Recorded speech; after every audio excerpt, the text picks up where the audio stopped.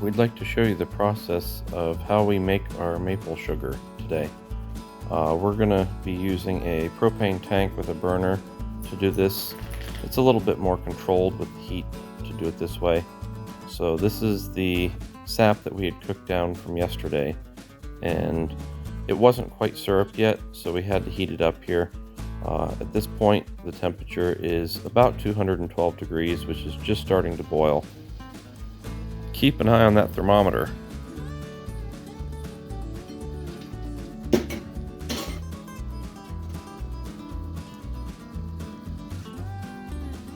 Oh no!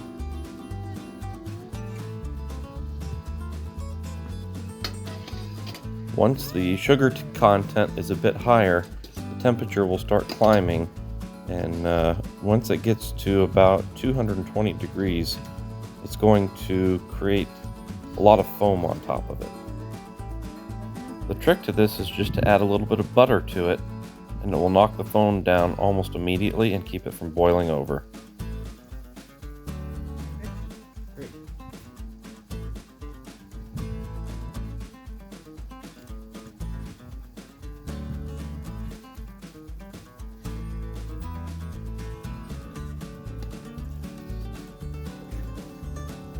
So this is what it looks like when the temperature reaches about 260 degrees. If you were making candy, this would be the soft crack temperature. At 260 degrees Fahrenheit, this is basically ready to crystallize into sugar. The next step can be done with a spoon by hand or with a mixer. We're choosing to use a mixer here because it makes it go a little quicker. So at this point, we will just run the mixer through this. It's still liquid, but it is going to crystallize very soon. I am wearing a welding glove, and the reason for this is because at a certain point, we'll actually release a whole bunch of steam, and that steam can actually burn you pretty easily.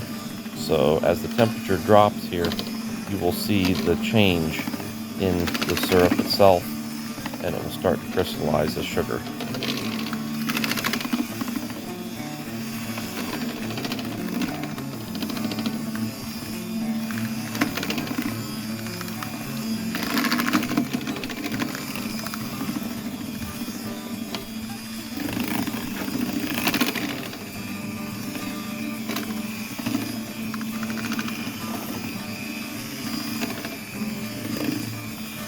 At this point, the temperature of the syrup is dropping like crazy, and you can see it's actually almost creating a foam for a second or two here. It's releasing a ton of steam, and at this point the sugar is starting to crystallize, and you will see it basically breaks very, very quickly into a powder. I'll continue mixing this as it cools until the powder pretty much completely dries. You will still see steam coming off of it as it starts to cool down here, and that's evaporating a lot of the moisture off of it as I continue with the beaters here. This is where it would really hurt your hand if you didn't have a glove on.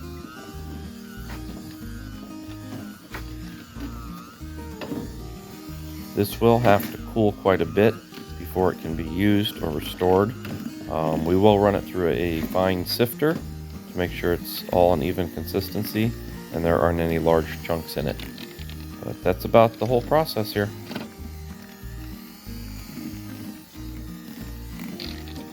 This can be used as a substitute any place that you would use sugar, and it can be used as a 1-to-1 ratio.